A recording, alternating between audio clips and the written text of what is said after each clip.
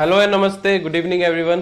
कैसे हैं सारे के सारे बच्चे? जल्दी से आओ, फिर हम शुरू करेंगे। विशाल, नंदिनी, सुप्रतिम, अमृत, सुदेश, गुड इवनिंग, नमस्ते, प्रणाम।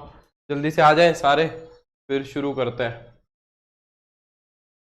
तो जल्दी से बताएंगे कि एप्लीकेशन ऑफ सेट्स के सवाल किए कि नहीं किए।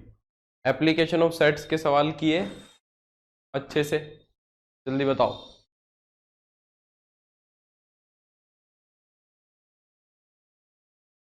आज हम एप्लीकेशन ऑफ सेट्स को खत्म करके और फिर रिलेशन फंक्शन का थोड़ा सा काम भी आज से ही हम शुरू कर देंगे। रिलेशन फंक्शन को भी आज से हम थोड़ा सा शुरू कर लेंगे, ठीक है। जैसा कि टाइटल में तुम्हें दिख भी रहा होगा, रिलेशन फंक्शन के बारे में आज हम पढ़ाई करेंगे, ठीक है। पहले कुछ क्वेश्चंस बचे हुए थे इसके, जो शीट में करा रहा था उस शीट के मैं वो बचे हुए क्वेश्चन कराऊंगा, क्योंकि एक बार मैं अपने हाथ से करा देता हूँ और फिर मैं आगे बढ़ूंगा और हमारा रिलेशन फंक्शन को कंटिन्यू करूंगा। मेरे को उम्मीद है कि तुमने ये शीट भी ट्राई करी होगी और साथ साथ तुमने जो डीपीपी मैंने प्रोवाइड की थी वो डीपीपी भी करे होगे। हाँ, मैं पिछले क्वेश्चन जरूर करा रहा हूँ, पहले मैं वही क्वेश्चन कराऊंगा सारे के सारे, और फिर हम हमारी बात को आगे कंटिन्यू करेंगे और बढ़ाएंगे, ठीक है। चलो तो स्टार्ट करें, बिना टाइम वेस्ट किए अपनी बात को शुरू करते हैं। मैंने एक क्वेश्चन किया था और उसमें एक क्वेश्चन हमने होल्ड पे रखा था और ये क्वेश्चन बोला था मैं बाद में कराऊंगा, इसी से शुरू करते हैं। इससे आगे हमारी बात को हम अभी बढ़ाएंगे, ठीक है। पहले इस क्वेश्चन को करेंगे जो क्वेश्चन हमने छोड़ा हुआ था, और फिर हम आगे अपनी बात को कंटिन्यू करेंगे, ठीक है। तो चलो, without wasting any time, let us start. और फिर आज हम हमारा रिलेशन फंक्शन को भी शुरू करेंगे। तो जो बच्चे नए ज्वाइन हो रहे हैं, नए चैप्टर से शुरुआत करना चाह रहे हैं, उनके पास एक अच्छी अपॉर्चुनिटी है। अपने सेकंड चैप्टर से चीजों को शुरू कर लो, ठीक है। वहां से भी कनेक्ट हो जाएंगी सारी बातें। चलो, तो ये क्वेश्चन देखते हैं क्या कह रहा है सेट का। कह रहा है कि out of 40 students in A class, एक क्लास के अंदर 40 बच्चे हैं, 16 ऐसे हैं जो इंग्लिश पढ़ते हैं, 22 ऐसे हैं जो अकाउंटेंसी पढ़ते हैं, और 26 ऐसे हैं जो इकोनॉमिक्स पढ़ते हैं। 3 सब्जेक्ट्स हैं। तो हम अपना वेन डायग्राम बनाने की कोशिश करेंगे। बना तो ठीक, नहीं बना तो फॉर्मूले का यूज करेंगे, ठीक है। नहीं बना तो फॉर्मूलेस का यूज करेंगे। मैंने बताया था वेन डायग्राम ऐसे ही बनाना है सारा का सारा, ठीक है। Dinesh, good evening. तो हमारे 3 सब्जेक्ट है, इंग्लिश, अकाउंटेंसी एंड इकोनॉमिक्स। तो इंग्लिश वाला ये हो गया, इंग्लिश को EN से डिनोट कर रहा हूँ, अकाउंटेंसी और इकोनॉमिक्स को EC से डिनोट कर रहा हूँ, क्योंकि E 2 बार है, E 2 बार है, ठीक है। अच्छा, क्या क्या बातें कह रहा है? तो हमें तो पीछे से अपनी बात को शुरू करना होता है। हम पीछे से अपनी बात को शुरू करते हैं और देखते हैं किस चीज की कमी है यहाँ पे। कह रहा है कि 2 ऐसे बच्चे हैं जो सारे के सारे सब्जेक्ट पढ़ते हैं। 2 ऐसे बच्चे हैं जो सारे के सारे सब्जेक्ट पढ़ते हैं, यानी कि 2 बच्चे यहाँ हैं एकदम बीच में, ठीक है। फिर उससे अगर पीछे जाऊं मैं, तो 14 ऐसे हैं जो अकाउंटेंसी और इकोनॉमिक्स पढ़ते हैं। 14 बच्चे ऐसे हैं जो अकाउंटेंसी और इकोनॉमिक्स पढ़ते हैं। ये है अकाउंटेंसी और ये है इकोनॉमिक्स। इनके इंटरसेक्शन में कितने बच्चे हैं? 14। तो यहाँ पे कितने बच्चे होंगे? 12, ठीक है। तभी तो ये वाला पूरा 14 बना। और पीछे चलो, क्या कह रहा है? 5 ऐसे हैं जो इंग्लिश और इकोनॉमिक्स पढ़ते हैं। 5 ऐसे हैं जो इंग्लिश और इकोनॉमिक्स पढ़ते हैं, ये वाला। तो यहाँ पे कितना लिखूं? 5 बनाने के लिए यहाँ 3 लिखूंगा, ये बात भी मुझे गिवन है, ठीक है। और उससे पीछे अगर मैं चलता हूं तो 26 ऐसे हैं जो इकोनॉमिक्स पढ़ते हैं। अच्छा देखो, इसके अंदर कमी क्या रह गई? इसके अंदर कमी रह गई इस बात की, उसने अकाउंटेंसी और इंग्लिश वाले नहीं दिए। अकाउंटेंसी और इंग्लिश वाले दे देता तो मैं यहां भी लिख देता। इनफैक्ट उसने ये क्वेश्चन ही किया है हमसे, यही क्वेश्चन पूछा है कि इंग्लिश और अकाउंटेंसी में कितने बच्चे हैं, ठीक है। तो अब हम पहले यही काम करते हैं, हमारा वेन डायग्राम कंप्लीट नहीं हो रहा है, इसलिए हम फॉर्मूले का यही यूज करते हैं। इसको सोल्व करेंगे, ठीक है। अगर तुम ध्यान दो तो उसने मुझे यूनियन भी दिया है, सारी चीज दी है, छोड़ के किसको? सिर्फ अकाउंटेंसी और इंग्लिश के इंटरसेक्शन को छोड़ के बाकी सब कुछ दिया है उसने। तो क्यों ना हम सबसे पहले हमारा फॉर्मूला ही यूज करते हैं, कौन सा? N ऑफ इंग्लिश वाला, English union accountancy union economics वाला, ये फॉर्मूला यूज कर लिया जाए।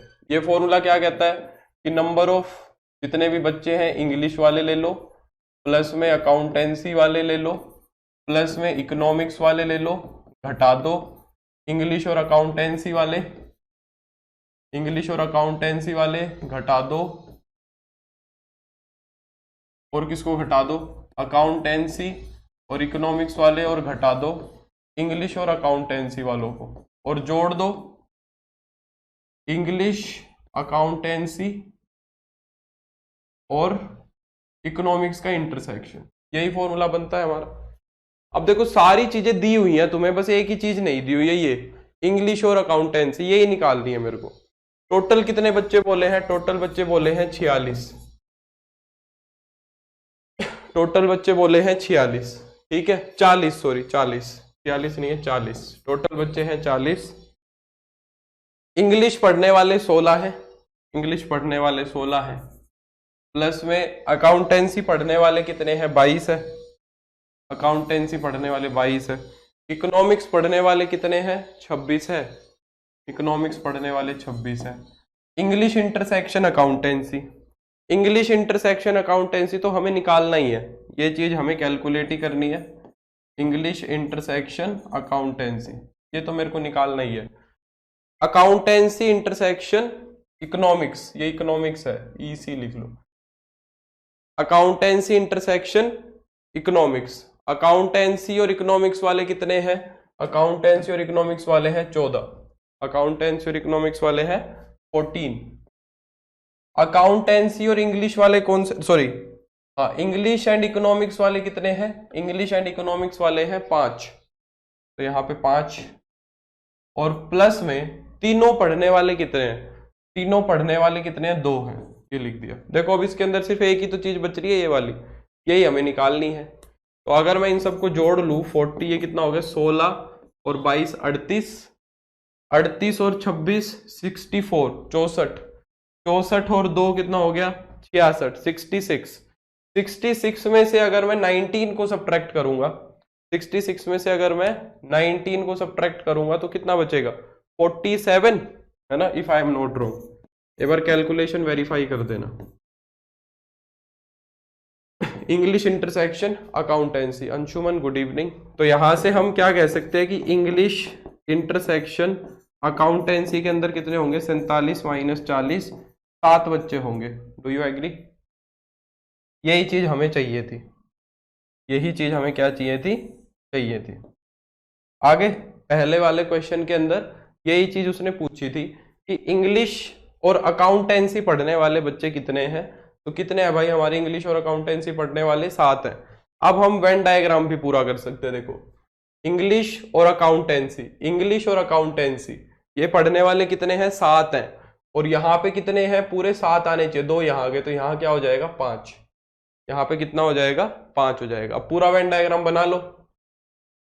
कह रहा है कि इंग्लिश पढ़ने वाले कितने हैं, इंग्लिश पढ़ने वाले हैं 16, तो इंग्लिश वाला जो सर्कल है उसके अंदर 16 बच्चे होने चाहिए, 5 और 2 7 और 3 10 बच्चे, तो ये हो गए 6 बच्चे और आ जाएंगे इंग्लिश वाले में, ठीक है।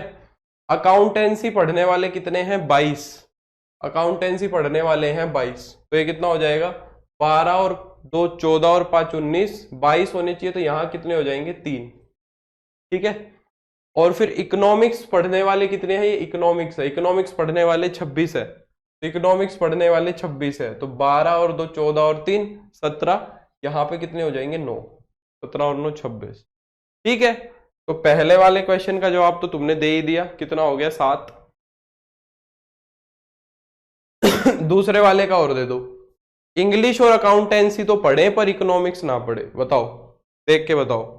इंग्लिश और अकाउंटेंसी तो पढ़े पर इकोनॉमिक्स ना पढ़े, इंग्लिश और अकाउंटेंसी तो पढ़े पर इकोनॉमिक्स ना पढ़े, यानी कि सिर्फ और सिर्फ इंग्लिश और अकाउंटेंसी पढ़े। ऐसे कौन से बच्चे हैं जो सिर्फ और सिर्फ इंग्लिश और अकाउंटेंसी पढ़ रहे हैं, बताओ ऐसे बच्चे कितने हैं। Very good Nandini. इंग्लिश और अकाउंटेंसी पढ़ने वाले सिर्फ कितने हैं, वेरी गुड रिंकू। कौन से हैं, ये इंग्लिश या अकाउंटेंसी, ये सारे के सारे पढ़ने वाले कितने हैं, ये सारे हैं। पर उसने बोला है कि इकोनॉमिक्स नहीं पढ़ना, इकोनॉमिक्स नहीं पढ़ना, तो ये 2 को हटा दो, तो सिर्फ और सिर्फ इंग्लिश और अकाउंटेंसी पढ़ने वाले कितने हैं, ये 5 बच्चे। बिल्कुल सुप्रतिम अमृत। तो दूसरे वाले का जवाब कितना हो जाएगा तुम्हारा 5। बोलो ये सवाल क्लियर हो गया अच्छे से, ये क्वेश्चन क्लियर हो गया अच्छे से, एकदम आसान सा सवाल है, बिल्कुल फूल बाबू। आगे चले, ये वाला क्वेश्चन मैंने करा ही दिया था, हॉकी फुटबॉल वाला, है ना। और आगे चलते हैं और क्वेश्चन करते हैं इसमें। ये वाला क्वेश्चन देखो क्या कह रहा है। In a survey 100% of 100%, it was found that 28 ऐसे हैं जो मैगजीन ए को पढ़ते हैं। 100 बच्चों का, 100 लोगों का सर्वे किया है और लोग मैगजीन पढ़ रहे हैं, ठीक है। तो हम 3 मैगजीन है, पहले अपना वेन डायग्राम बना लेते हैं, ठीक है, उसकी जरूरत पड़ेगी मुझे। तो 3 मैगजीन पढ़ रहे हैं लोग हमारे,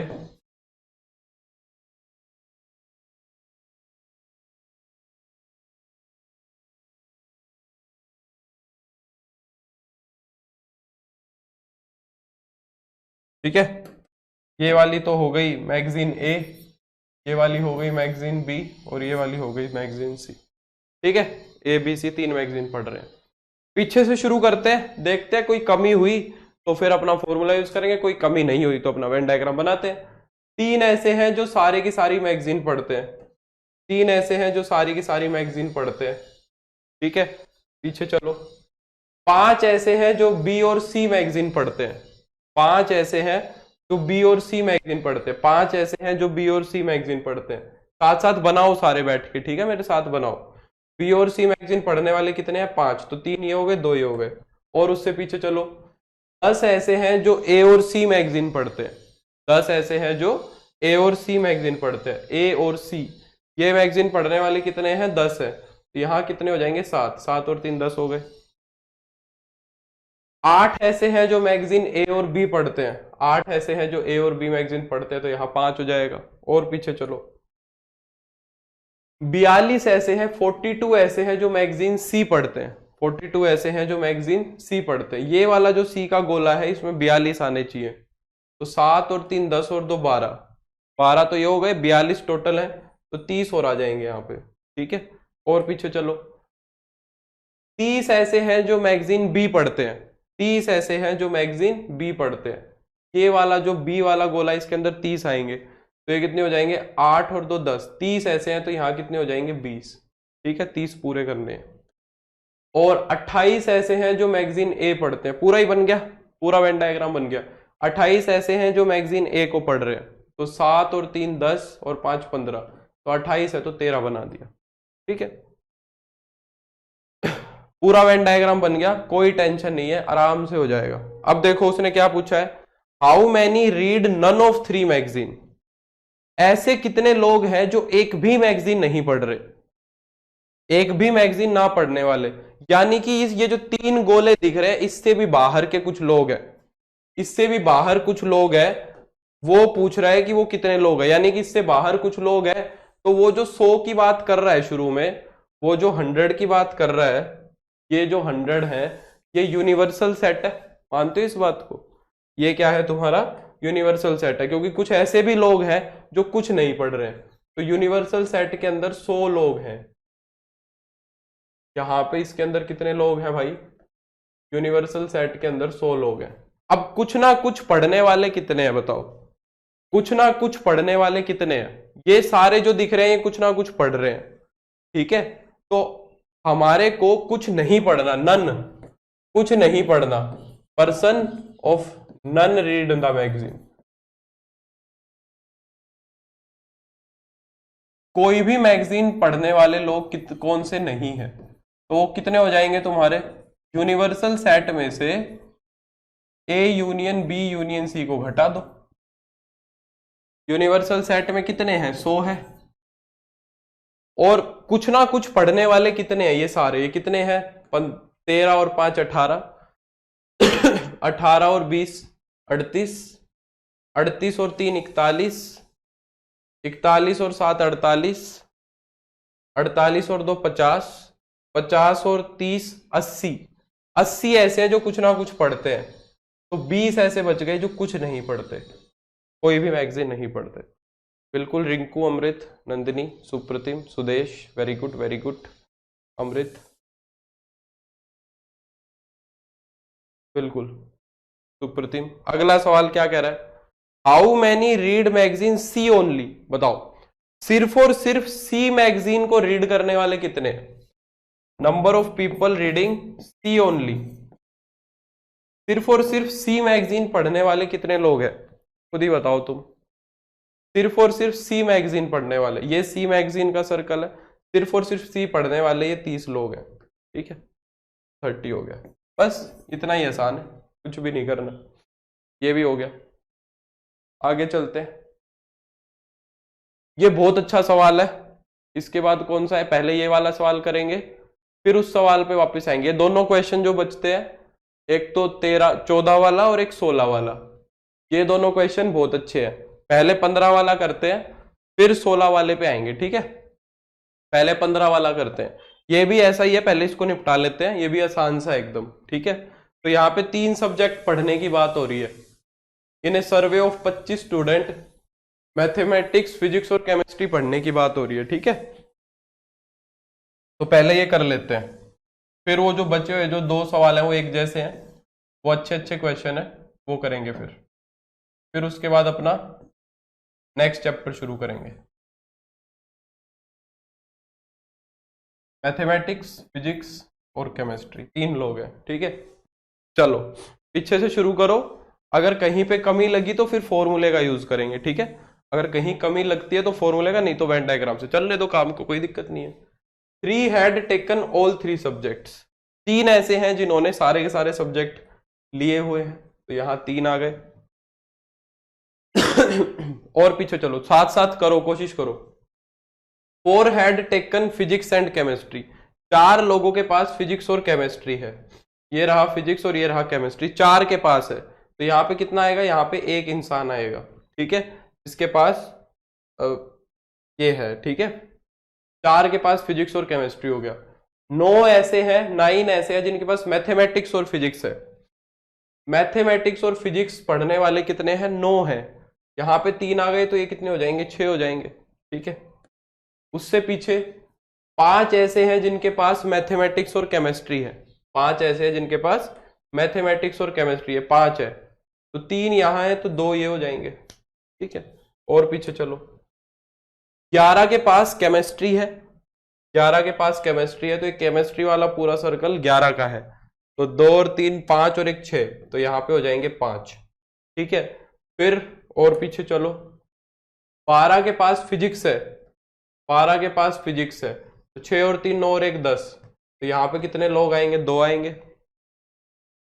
और 15 के पास मैथमेटिक्स है, 15 लोगों के पास क्या है, मैथमेटिक्स, तो 6 और 3 9 और 2 11, ये हो गए 15, पूरा बन गया, कोई समस्या नहीं आई, ठीक है, पूरा बन गया।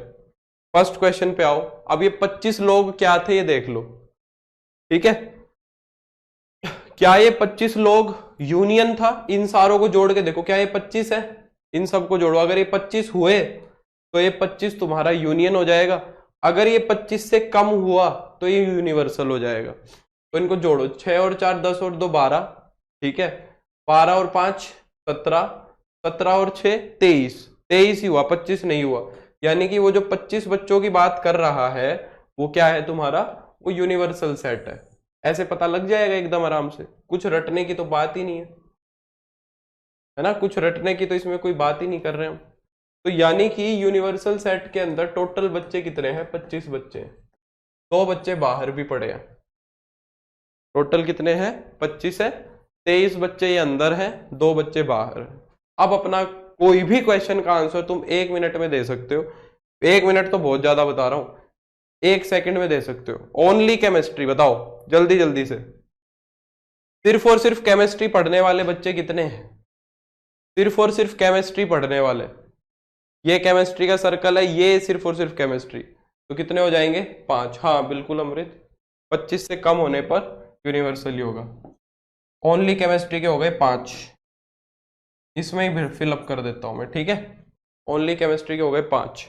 ओनली मैथमेटिक्स, सिर्फ मैथमेटिक्स पढ़ने वाले कितने हैं, सिर्फ मैथमेटिक्स पढ़ने वाले हैं 4, ठीक है।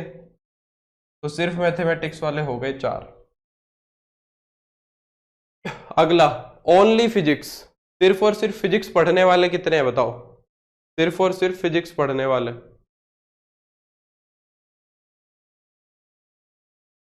सिर्फ और सिर्फ फिजिक्स पढ़ने वाले, सिर्फ और सिर्फ फिजिक्स पढ़ने वाले हो गए 2।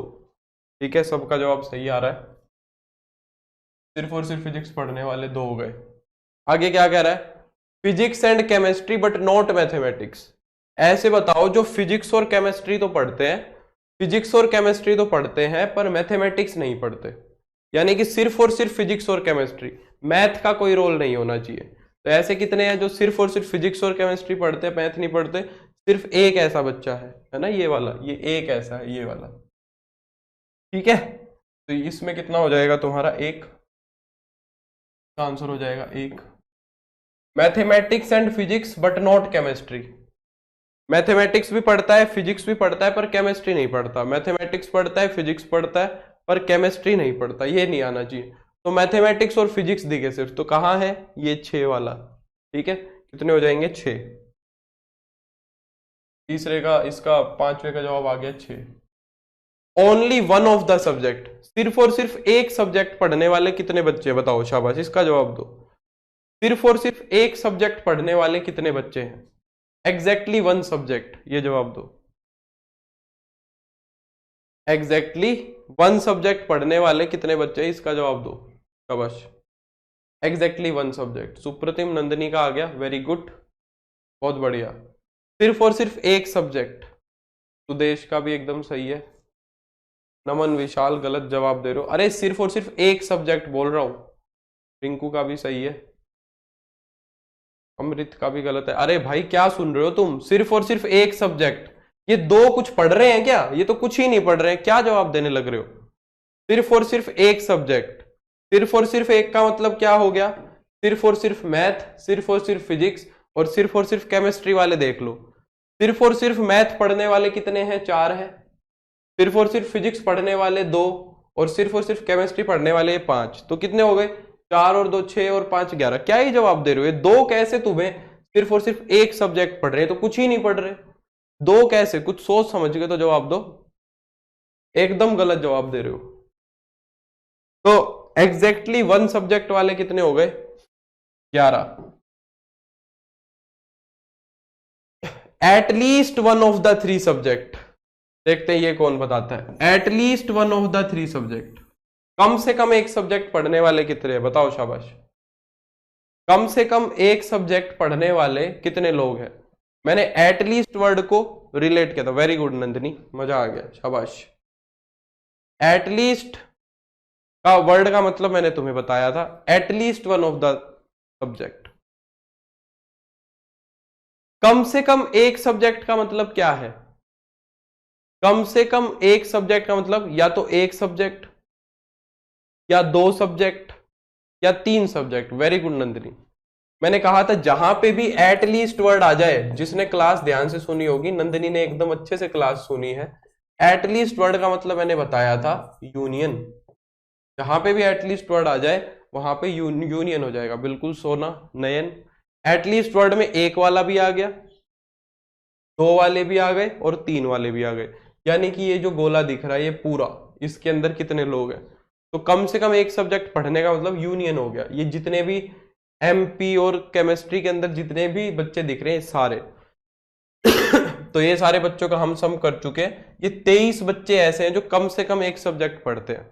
ये 23 बच्चे ऐसे हैं जो कम से कम एक सब्जेक्ट पढ़ते हैं। पढ़ते नहीं हो भाई, इसका मतलब तुम अच्छे से, मजा नहीं आया। मुझे तो लगा सारे के सारे एक साथ बताओगे, पर मजा नहीं आया, अच्छे से नहीं पढ़ रहे हो इसका मतलब। फिर पूछ रहा है नन ऑफ 3 सब्जेक्ट, जो एक भी सब्जेक्ट नहीं पढ़ रहा है। जो एक भी सब्जेक्ट नहीं पढ़ रहा है वो कौन से हैं?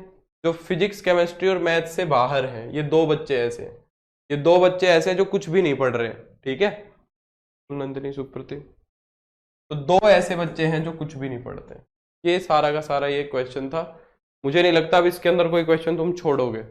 हो गए ये सारे क्वेश्चन क्लियर?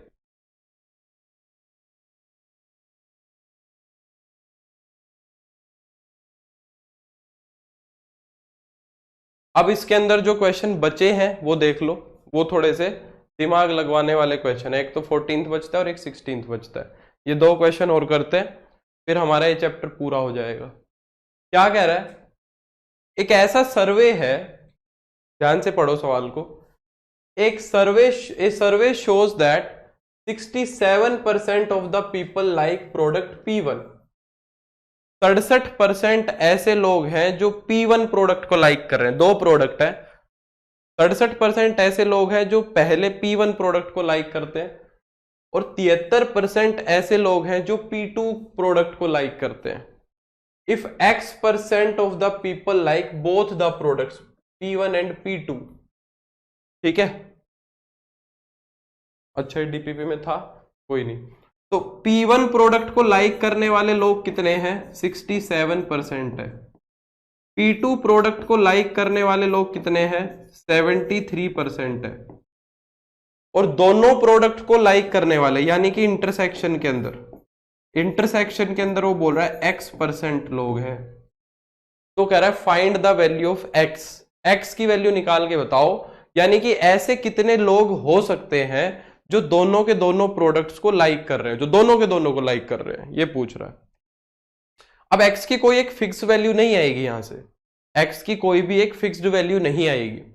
X की एक रेंज आएगी कि भाई इतने से इतने लोग हो सकते हैं जो दोनों प्रोडक्ट्स को लाइक करते हैं। अब ध्यान से सुनना, मैं एक बहुत इंपॉर्टेंट बात बता रहा हूं तुम्हें, ध्यान से सुनना, एक बहुत इंपॉर्टेंट बात बता रहा हूं।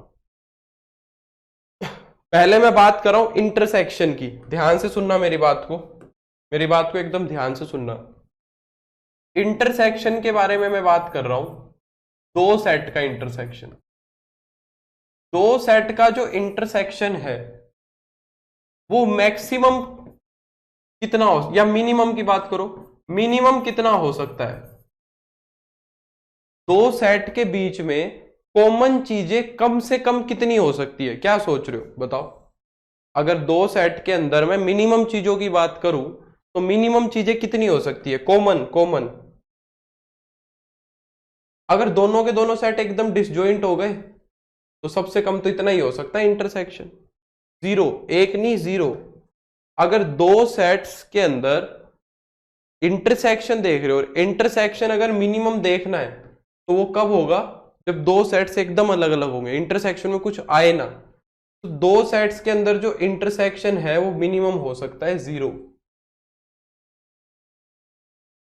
मेरी बात समझ आ रही है, हो सकता है, हमेशा नहीं होगा मिनिमम, हमेशा मिनिमम 0 नहीं होगा, हो सकता है, ठीक है। हाँ ईशान, अगर मैं मैक्सिमम की बात करूं तो,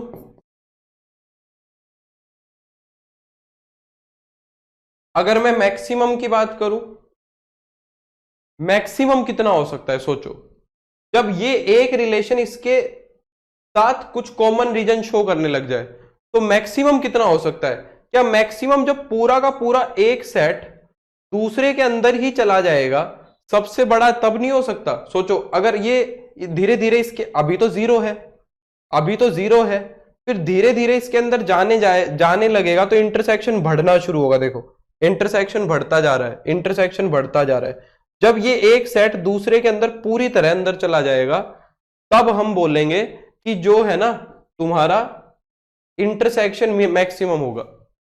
तो जो छोटे वाला कम वाला एलिमेंट है, जिसमें कम एलिमेंट है, जिस सेट के अंदर कम एलिमेंट्स हैं, वो वाला मैक्सिमम इंटरसेक्शन हो सकता है। मान लो मैं यहां पे कहूं कि ए के अंदर तो 10 एलिमेंट थे भाई, ए के अंदर 10 एलिमेंट थे और बी के अंदर 7 थे, तो मैक्सिमम इंटरसेक्शन कितना हो सकता है जब ये 7 के 7 एलिमेंट अंदर ही रखे हो। तो अगर मैं मैक्सिमम इंटरसेक्शन पूछूंगा तो मैक्सिमम इंटरसेक्शन हो जाएंगे 7 वाले, मैक्सिमम इंटरसेक्शन कितने हो जाएंगे, ये 7 वाले। ये बात समझ में आई सभी को अच्छे से।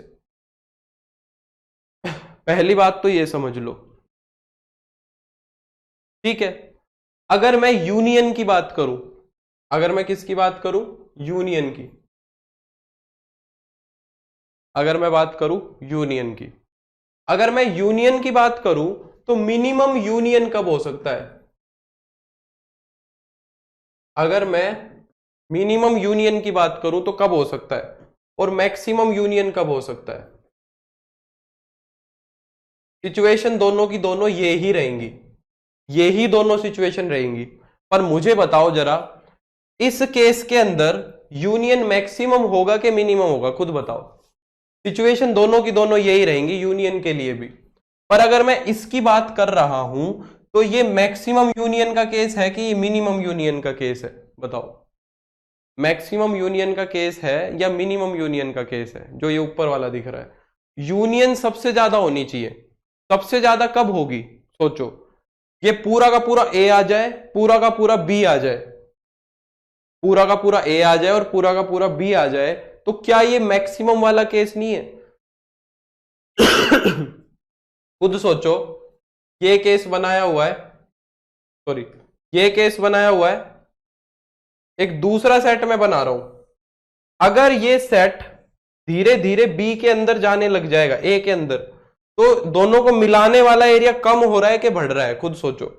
अगर मैं धीरे धीरे इसको इसके अंदर लेके जा रहा हूं तो जो कंबाइंड एरिया है वो तो कम हो रहा है ना? खुद सोचो, अगर ये अंदर चलता चला जाएगा तो देखो दोनों को कंबाइंड करोगे तो कितना कम एरिया दिख रहा है। हाँ, अगर ये बाहर आता जाएगा तो देखो इनका कंबाइंड एरिया बढ़ता जा रहा है, बढ़ता जा रहा है, बढ़ता जा रहा है। जब एकदम पूरे बाहर हो जाएंगे तो ये मैक्सिमम का केस बनता है हमेशा। तो मैक्सिमम यूनियन भी कब होती है? जब इंटरसेक्शन में कुछ नहीं होता। ये मैक्सिमम वाला केस बन रहा है। मैक्सिमम यूनियन सिंपली कितनी होती है तुम्हारी?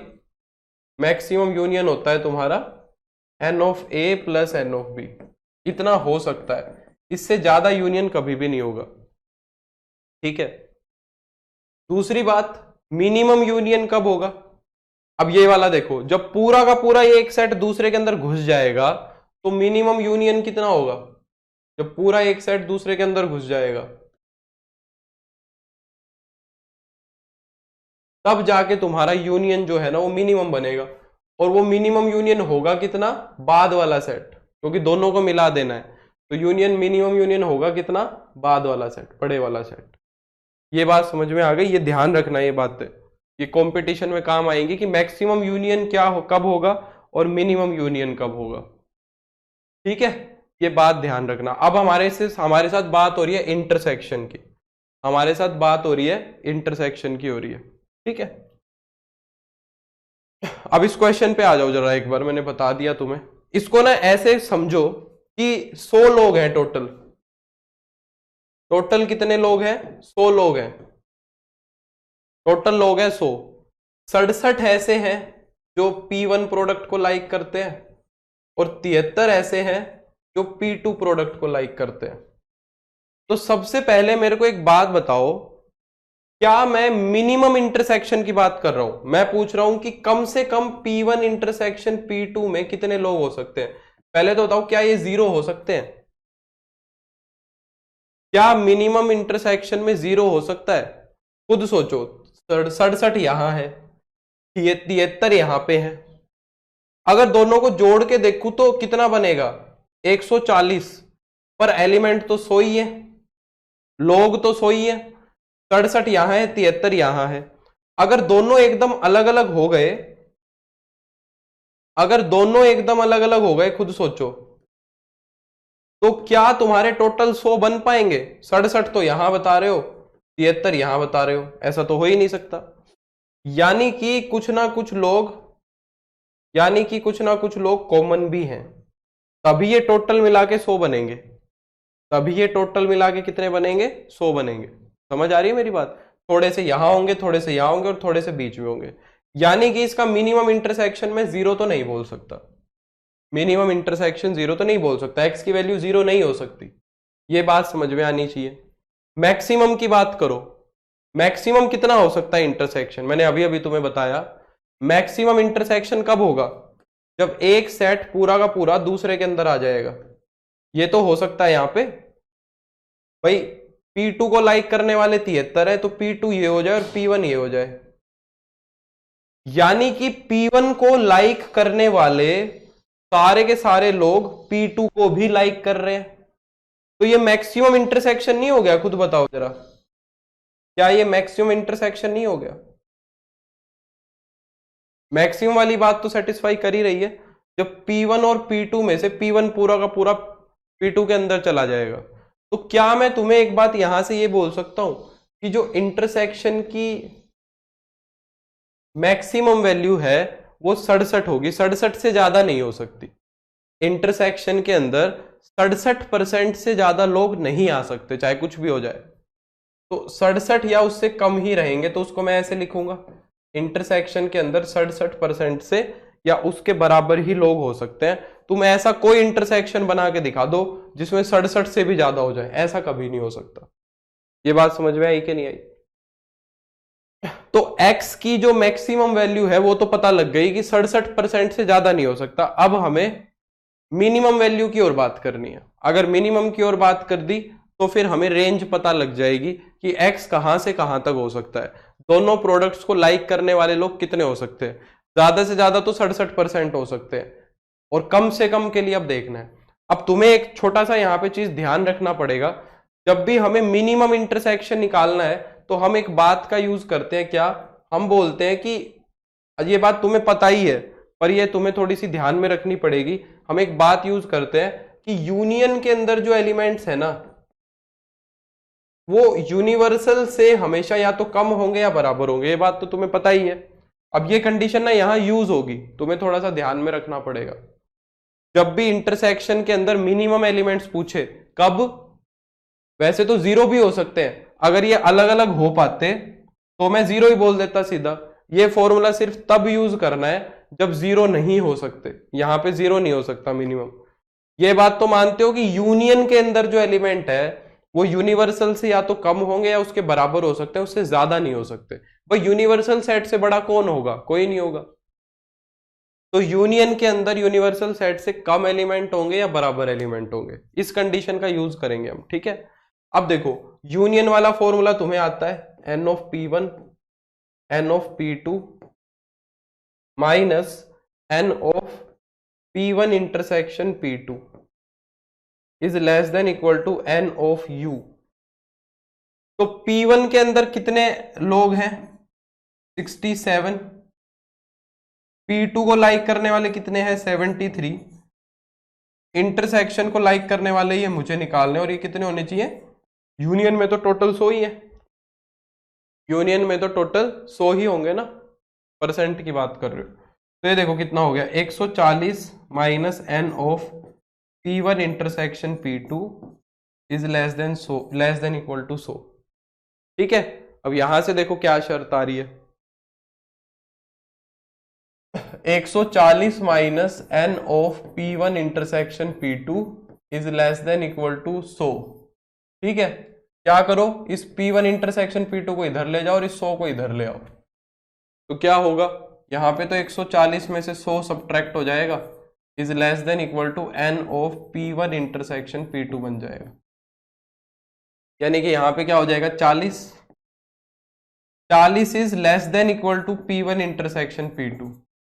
40 जो है P1 इंटरसेक्शन P2 से छोटा या उसके बराबर है। तो पीछे से देखो, इसको उल्टा देखो, तो क्या मैं ये कह सकता हूं कि P1 इंटरसेक्शन P2 जो है वो 40 या 40 से बड़ा होगा? ये बोल लो चाहे ये बोल लो, कोई फर्क थोड़ी ना है, ये बोल लो या फिर ये बोल लो।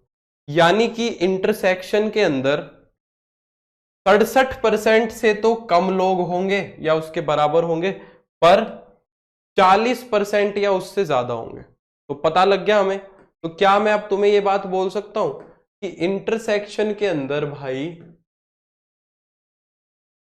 40% या उससे तो ज्यादा होंगे और 67% या उससे कम होंगे? ये हमारी एक्स की रेंज आ गई। ये सवाल था, काफी इंपॉर्टेंट और काफी बार ये यूज भी होता है, तो ये तुम्हें ध्यान रखना पड़ेगा। हो जाएगा। एक और सवाल करेंगे, एकदम ऐसा ही है, वो जो लास्ट वाला क्वेश्चन है वो भी एकदम ऐसा ही है। अगर ये समझ में आया थोड़ा बोड़ा तो दूसरे वाला तुम अच्छे से समझ जाओगे। क्या ये बात क्लियर हो गई? एक लास्ट क्वेश्चन और देखते हैं इसका, ये वाला क्वेश्चन और देखो, तुम्हें अच्छे से समझ आ जाएगा, फिर एकदम अच्छे से मेथड क्लियर हो जाएगा। सेम ऐसा ही क्वेश्चन है, देखो कह रहा है कि ये market research group conducted A survey of 2000 consumers. 2000 consumers पे हमने एक सर्वे कराया and reported that 1720 customer liked product P1। एकदम सेम टू सेम वैसा ही सवाल है। P1 को लाइक यूनियन के अंदर कितने एलिमेंट दिए हुए? 2000। P1 को लाइक करने वाले कितने लोग हैं? 1720। P2 को लाइक करने वाले कितने लोग हैं? 1450। ठीक है, अब देखो क्या कह रहा है, what is the least number that must have liked both the products. कम से कम ऐसे कितने लोग होंगे जो दोनों प्रोडक्ट्स को लाइक करेंगे? कम से कम ऐसे कितने लोग होंगे, ये पूछा है। कम से कम, ज्यादा से ज्यादा नहीं, कम से कम। यानी कि अभी जो हमने क्वेश्चन किया उसमें से कौन सा काम कराने की बात कर रहा है? कम से कम पूछ रहा है। कम से कम पूछ रहा है। ज्यादा से ज्यादा निकालने के लिए तो हमने ये काम किया था, ज्यादा से ज्यादा निकालने के लिए तो हमने ये चीज देखी थी, और कम से कम निकालने के लिए हमने ये चीज देखी थी, है ना? क्योंकि ज्यादा से ज्यादा तो 67 आया था और कम से कम 40 आया था। तो हम दोनों ही काम करते हैं, ठीक है, हम दोनों ही काम करेंगे। हम ज्यादा से ज्यादा भी बताएंगे और कम से कम भी बताएंगे। तो जल्दी से मेरे को एक कमेंट ये तो करके बता दो कि मैक्सिमम कितने लोग हो सकते हैं, मैक्सिमम जो दोनों प्रोडक्ट्स को लाइक करेंगे, ये बताओ। सबसे पहले तो मैक्सिमम का जवाब दो, क्योंकि पता है मैक्सिमम बड़ा आसान होता है तो वो पूछता नहीं। मैक्सिमम कितने लोग हो सकते हैं जो दोनों प्रोडक्ट्स को लाइक करेंगे? Very good Nandini. मैक्सिमम कितने लोग होंगे जो दोनों प्रोडक्ट को लाइक करेंगे, बताओ। जब एक पूरा का पूरा दूसरे के अंदर चला जाएगा, जब एक पूरा का पूरा दूसरे के अंदर चला जाएगा, तो एक जो है वो पूरा का पूरा दूसरे के अंदर जाएगा, तो कौन सा किसके अंदर जा सकता है? 1450 वाला इसके अंदर जा सकता है कि ये वाला इसके अंदर जा सकता है? 1450 वाला तो जा नहीं सकता है, ये 1720 वाला तो जा नहीं सकता है, तो 1450 वाला जाएगा। तो मैक्सिमम कितने हो सकते हैं? 1450। ठीक है, जो दोनों प्रोडक्ट्स को लाइक करते हैं। अभी नहीं पता विशाल, मैं बता दूंगा। अब मिनिमम निकालना है। मिनिमम के लिए क्या यूज करोगे? मिनिमम के लिए हम यूज करेंगे P1 यूनियन P2 के अंदर जो एलिमेंट्स आएंगे वो 2000 या उससे तो कम ही होने चाहिए। ये कंडीशन तुम्हें ध्यान रखनी पड़ेगी, 2000 या उससे तो कम ही होना चाहिए। अब इसका फॉर्मूला तुम्हें पता है, n of P1 n of P2 minus n of P1 intersection P2 is less than equal to 2000। P1 के अंदर कितने एलिमेंट्स हैं? 2000। P2 के अंदर कितने एलिमेंट है? 1720। P1 intersection P2 less than equal to 2000। ठीक है, ये कितना हो गया तुम्हारा? ये हो गया तुम्हारा, सॉरी 2000 नहीं है, P1 के अंदर 2000 नहीं है, मैंने गलत डेटा लिख दिया, सॉरी। P1 के अंदर है 1720, P2 के अंदर है 1450, गलत डेटा लिख दिया। ठीक है, तो इन दोनों को जोड़ो, ये कितना हुआ? 3170, 3170 हो गया, है ना? 3170 minus n of P1 intersection P2 is less than equal to 2000। ठीक है, अब आगे 3170 minus n of P1 intersection P2 is less than equal to 2000 है। इसको उधर ले जाओ, इसको इधर ले आओ। ठीक है, तो ये कितना हो जाएगा? ये इधर आके घटेगा, तो 1170 is less than equal to n of P1 intersection P2, ये हो जाएगा। अगर इसको घुमा के लिखोगे तो n of P1 intersection P2 के अंदर हम क्या बोल रहे हैं? 1170 या उससे ज्यादा एलिमेंट्स होने चाहिए। हम क्या बोल रहे हैं कि P1 इंटरसेक्शन P2 में 1170 या उससे ज्यादा एलिमेंट होने चाहिए। तो सबसे कम कितने हो गए? सबसे कम कितने हो गए बताओ? सबसे कम हो गए, लीस्ट कितने हो गए? Least liking both the products, least liking both the products. कम से कम लाइक करने वाले कितने हो गया? 1170।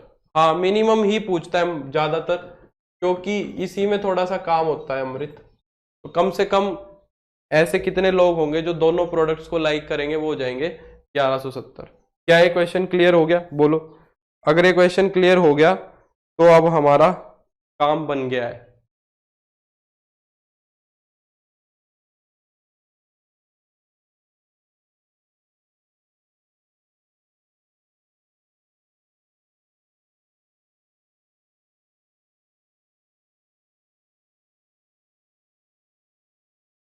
ठीक है, हो गया अच्छे से? ठीक है भाई, चलो अब हमारे पास आधा एकदम 45 मिनट्स में हमने कंप्लीट कर लिया। 45 मिनट्स के अंदर मैं अब तुम्हें अच्छे से इंट्रोडक्शन करा देता हूं किसका, रिलेशन और फंक्शन का। ठीक है, चलो आगे बढ़ते हैं। अब हमारे पास आता है हमारा चैप्टर नंबर 2। एक चैप्टर हमारा कंप्लीट हो गया है, ठीक ठाक टाइम में हो गया है, ज्यादा हम लेट नहीं हुए हैं। चैप्टर 2 पे आ जाओ, 1 पे नहीं, चैप्टर 2 पे। चैप्टर 2, अब हमारा चैप्टर नंबर 2 हम शुरू करेंगे क्या, रिलेशंस एंड फंक्शंस। बहुत इंपॉर्टेंट चैप्टर है, मोस्ट इंपॉर्टेंट चैप्टर है इनफैक्ट। ये तुम्हारी बैकबोन बनाएगा मैथ्स की। रिलेशंस और फंक्शंस का चैप्टर जो है ये तुम्हारे मैथमेटिक्स की बैकबोन बनाएगा, ये मान लो। अगर ये चैप्टर अच्छे से कर लिया तो ये मानो कि मैथ्स पे एक बहुत अच्छी कमांड आ जाएगी तुम्हारी। और ये युक्का का यू चैप्टर 12th क्लास में भी है, पहला ही। तो ये पढ़ोगे तो 12th क्लास का पहला चैप्टर जो है वो बहुत ईजी लगेगा, नहीं तो बहुत ज्यादा मुश्किल लगता है, समझ रहे हो? तो सेट का यूज इसके अंदर होगा, पर ये बहुत इंपॉर्टेंट चैप्टर है। यही मान लो कि यहीं से हमारी क्लास शुरू होगी। एक्चुअली में इस चैप्टर को कंपटीशन के हिसाब से पढ़ाने में थोड़ी समस्या होती है। क्यों? क्योंकि ये आधा तो 11th में और आधा 12th में है। तो जो कंपटीशन में क्वेश्चन आते हैं वो कंबाइंड आते हैं, वो ऐसे तो देते नहीं कि ये 11वीं का ये 12वीं का है, कंबाइंड ही आएगा। 12वीं क्लास का पहला चैप्टर भी रिलेशन और फंक्शन ही है, ठीक है? तो कंपटीशन में मिक्स आता है, तो इसको पढ़ना भी ऐसे ही है। अभी 11th में जितना है उसको अच्छे से पढ़ लो, 12th में जितना है उसको अच्छे से पढ़ लो, फिर ये कंबाइंड तैयार होता है हमारा, ठीक है? बाकी इंपॉर्टेंट बहुत है कॉम्पिटिशन के पॉइंट ऑफ व्यू से। तो हमारा दूसरा चैप्टर कौन सा है? रिलेशन और फंक्शन का है। मजा भी आएगा पढ़ने में, नई नई चीजें सीखने को मिलेंगी।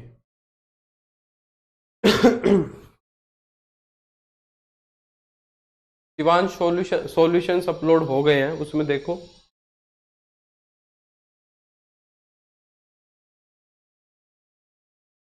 अगर मेरे को टाइम मिला अभी लास्ट में तो मैं देख दूंगा, ठीक है? कोई इशू नहीं है। तो चैप्टर नंबर 2 हमारा अब शुरू कर रहे हैं हम, रिलेशन और फंक्शन। ये चैप्टर हमारा 2 पार्ट्स में पढ़ेंगे हम। आधा पार्ट तो रिलेशंस और आधा पार्ट फंक्शंस, 2 पार्ट में पढ़ा जाएगा। रिलेशन का एक पार्ट है और दूसरा पार्ट फंक्शन का है, 2 पार्ट्स है चैप्टर के। रिलेशन और फंक्शन पढ़ने से पहले हम एक चीज पढ़ेंगे। हमने ऑपरेशन ऑन सेट पढ़े थे, सेट पे हमने बहुत सारे ऑपरेशंस पढ़े थे, है ना? एक नया ऑपरेशन और पढ़ेंगे हम सेट में। हमने सेट का इंटरसेक्शन लिया था, हमने सेट्स का यूनियन लिया था, हमने सेट्स का डिफरेंस लिया था, हमने सेट्स का ये सारे ऑपरेशन किए थे, एक सिमेट्रिक डिफरेंस भी लिया था। हमने सेट का मल्टीप्लीकेशन नहीं किया। तो अब हमें सेट का क्या करना है? मल्टीप्लीकेशन करना है। यानी कि एक सेट ए है और दूसरा सेट अगर बी है तो इनका मल्टीप्लीकेशन करना है। सेट्स में मल्टीप्लीकेशन नहीं होता है, हाँ, सेट्स के अंदर मल्टीप्लीकेशन नहीं होता है। सेट के अंदर मल्टीप्लीकेशन को कुछ और नाम दिया जाता है। सेट के अंदर मल्टीप्लीकेशन को कुछ और बोलते हैं। जैसे कि हम सब्ट्रैक्शन नहीं बोलते थे, वहां पे डिफरेंस बोलते थे, है ना? वहां पे क्या बोलते थे? डिफरेंस। हाँ बिल्कुल अमृत। सेट का जो मल्टीप्लीकेशन होता है इसको नाम दिया जाता है कार्टीजियन प्रोडक्ट, ठीक है? क्या नाम दिया जाता है? Cartesian product. Cartesian product of sets. अब हम क्या पढ़ेंगे? सेट्स का कार्टीजियन प्रोडक्ट पढ़ेंगे। हो गया, फर्स्ट चैप्टर खत्म हो गया। ये रिलेशंस में ही पढ़ते हैं हम कार्टीजियन प्रोडक्ट। कार्टीजियन प्रोडक्ट जो होता है वो हम रिलेशंस के साथ ही पढ़ते हैं, क्योंकि रिलेशन का जन्म यहीं से हुआ है। रिलेशन का जो ओरिजिन हुआ है वो कार्टीजियन प्रोडक्ट से ही हुआ है, अभी तुम देखोगे आगे, है ना? उसके लिए पढ़ना बहुत जरूरी है। तो Cartesian product of two sets represent कैसे किया जाता है? ए और बीच में ये साइन लगाया जाता है बी।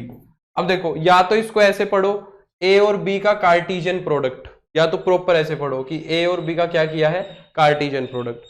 कई बार हम क्या कहते हैं, इसको कोई भी ये नहीं बोलेगा ए और बी का मल्टीप्लीकेशन, वो बात एकदम गलत हो जाएगी। अब मल्टीप्लीकेशन वर्ड को बोलना नहीं है, और ये बहुत बड़ा है कार्टीजियन प्रोडक्ट, तो सिंपली तुम क्या बोलो? ए क्रॉस बी। ये जो साइन है क्रॉस वाला, इसका ही नाम ले दो। ठीक है, ना तो मल्टीप्लीकेशन बोलो, कार्टेशियन प्रोडक्ट बोलो तो बहुत अच्छा, अगर कार्टेशियन प्रोडक्ट नहीं बोल रहे तो क्या बोल दो, इसको क्रॉस बोल दो, ए क्रॉस बी, उसमें कोई समस्या नहीं है। ठीक है, ऐसे बोल सकते हैं ए क्रॉस बी। अब ये किया कैसे जाता है, ए और बी का कार्टेशियन प्रोडक्ट किया कैसे जाता है, हमें ये देखना है। ठीक है, तो ए और बी का कार्टेशियन प्रोडक्ट के लिए मैं एक एग्जांपल उठाता हूं। मान लो कि एक सेट है ए, मान लो यहाँ पे एलिमेंट्स है तुम्हारे, एक छोटा सा एग्जांपल लेते हैं 1,2, और एक बी सेट है तुम्हारा m,n, ये दो एलिमेंट्स है इसके अंदर। ठीक है, 1,2 और m,n, ये दो सेट ले लिए मैंने। हमें इन दोनों सेट्स का क्या करना है, कार्टेशियन प्रोडक्ट करना है। मैं एक नया सेट बनाना चाहता हूं जिसको मैं कैसे लिखूंगा, ए क्रॉस बी, ऐसे मैं एक नया सेट बनाना चाहता हूं जिसको मैं क्या लिखना चाहता हूं, ए क्रॉस बी लिखना चाहता हूं। ठीक है, अब ए क्रॉस बी के अंदर क्या आएंगे, एक सेट के अंदर क्या आते हैं, एलिमेंट्स आते हैं। एक सेट के अंदर क्या आते हैं, एलिमेंट्स आते हैं। वो एलिमेंट्स क्या आएंगे, मेरे को यही देखने हैं। ठीक है, अब ए और बी के कार्टेशियन प्रोडक्ट के अंदर क्या एलिमेंट्स आएंगे, हम एक वर्ड पढ़ रहे हैं यहां पे, क्या, ऑर्डर्ड पेयर्स। एक नई चीज आ रही है हमारे सामने, क्या, ऑर्डर्ड पेयर्स। ये ही क्या बनते हैं, कार्टेशियन प्रोडक्ट के एलिमेंट्स बनते हैं, ऑर्डर्ड पेयर्स। ये देखते हैं क्या चीज होती है ऑर्डर्ड पेयर्स। देखो इसके अंदर दो नाम छुपे हुए हैं, एक तो नाम छुपा हुआ है पेयर्स। पेयर्स का मतलब क्या हो गया कि जहां पे दो चीज आएंगी। पेयर्स का मतलब क्या हो गया, जहां पे दो दो चीज आएंगी, दो चीज आती है उसको पेयर बोला जाता है। और ऑर्डर्ड का मतलब क्या है, ऑर्डर्ड मतलब जिसपे कुछ नियम लगाया गया हो, जिसपे कुछ ऑर्डर सुनाया गया हो, है ना। तो ऑर्डर्ड का मतलब क्या है कि जहां पे ऑर्डरिंग हो, या फिर अगर आसान भाषा में हम समझे तो एक पैटर्न फॉलो हो रहा हो, और अगर आसान भाषा में समझे तो एक सीक्वेंस फॉलो हो रही हो। यानी कि ऐसे ही नहीं बना दिया ऑर्डर, ऐसे ही पेयर नहीं बना दिया, एक उसकी सीक्वेंस फिक्स की हुई है कि भाई पेयर ऐसे ही बनाना है, पेयर तुम्हें ऐसे ही बनाना है, उसको हम ऑर्डर्ड पेयर बोलते हैं। अब देखो कैसे ऑर्डर्ड पेयर्स को लिखा कैसे जाता है, ऑर्डर्ड पेयर को लिखा जाता है ऐसे, ए और कोमा बी, और इनको ऐसे ब्रैकेट से बंद कर दिया जाता है, ए कोमा बी, ये एक पेयर है। अभी ये क्या है, एक पेयर है। इसको इंटरवल से कंफ्यूज मत करना, क्योंकि हमने ओपन इंटरवल को भी ऐसे ही लिखा था। ये ओपन इंटरवल नहीं है, ये क्या है, पेयर है। अभी ये सिर्फ पेयर है। पर सोचो अगर मैं कह दूं कि जो ए है ना तुम्हारा, वो हमेशा ए सेट से आएगा, कोई भी ए सेट है, और बी हमारा बी सेट से आएगा, तो क्या हमने इस पेयर पे एक नियम नहीं लगा दिया, एक ऑर्डर नहीं दे दिया, इसको एक सीक्वेंस नहीं बना दी, एक पैटर्न फिक्स नहीं कर दिया? क्या हमने ये बोल के, हमने ये कह दिया कि एक ऐसा पेयर बनाओ जिसमें जो पहला ये ए दिखेगा ये हमेशा ए ही सेट से आएगा, एक नियम फिक्स कर दिया, और जो दूसरा एलिमेंट बी है वो हमेशा बी सेट से ही आएगा। तो अब जब जैसे भी ऑर्डर्ड पेयर बनाओगे तो उसमें जो पहला ए दिखेगा वो हमेशा ए सेट से ही दिखेगा, दूसरा जो बी दिखेगा वो हमेशा दूसरे सेट से ही दिखेगा। तो एक ऐसा पेयर बना दिया जिसपे एक नियम लगाया हुआ है। तो इस पेयर को जिसपे एक ऑर्डर लगाया हुआ है, इस पेयर को जिसपे हमने क्या लगाया हुआ है, एक ऑर्डर लगाया हुआ है, एक सीक्वेंस फिक्स की हुई है, इसको हम क्या बोलते हैं, इसको हम नाम देते हैं क्या, ऑर्डर्ड पेयर का। क्या ये बात समझ में आई कि नहीं आई? इसको हम क्या नाम देते हैं, ऑर्डर्ड पेयर का। फॉर एग्जांपल जैसे कि मान लो मैंने ए कह दिया, ए सेट है 1 2, बी सेट है तुम्हारा 2 मान लो 4 5।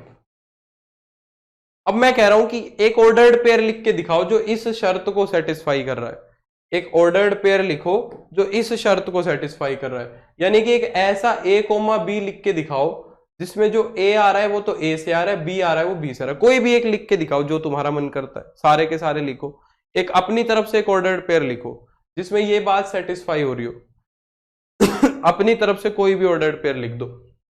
पर ध्यान क्या रखना है कि पहला जो एलिमेंट दिखे वो तो पहले सेट से लिखे, दूसरा एलिमेंट जो दिखे वो दूसरे वाले सेट से दिखे। जैसे कि मान लो मैंने लिख दिया 1,4, क्या 1,4 मैं लिख सकता हूं बताओ, है ना। अब नंदिनी ने लिख दिया 1,2, क्या 1,2 सही है बताओ। नंदिनी ने 1,2 लिखा, क्या ये ऑर्डर्ड पेयर बना, खुद सोचो। ये ऑर्डर्ड पेयर के अंदर पहला एलिमेंट भी ए से आ रहा है और ये दूसरा एलिमेंट भी ए से आ रहा है, ये तो कोई बात नहीं हुई, ये तो कोई बात ही नहीं हुई, है ना। तो नंदिनी ने गलत कर दिया यहाँ पे, ये ऑर्डर्ड पेयर नहीं बन सकता। तो ये डाउट तुम्हारा क्लियर हो जाना चाहिए, ठीक है। 1 के साथ 4 लिया तो ये तो ए से आ रहा है और ये बी से आ रहा है। 1 के साथ मैंने 5 ले लिया, ये बन जाएगा, बन जाएगा। 2 के साथ मैंने 4 ले लिया, अब 2 को पहला ले रहा हूं, और 2 के साथ मैंने 5 ले लिया, इसमें भी देखो पहला ए से आ रहा है, पहला दूसरा बी से आ रहा है। अच्छा, क्या ये ऑर्डर्ड पेयर बन जाएगा इस रूल के अकॉर्डिंग बताओ।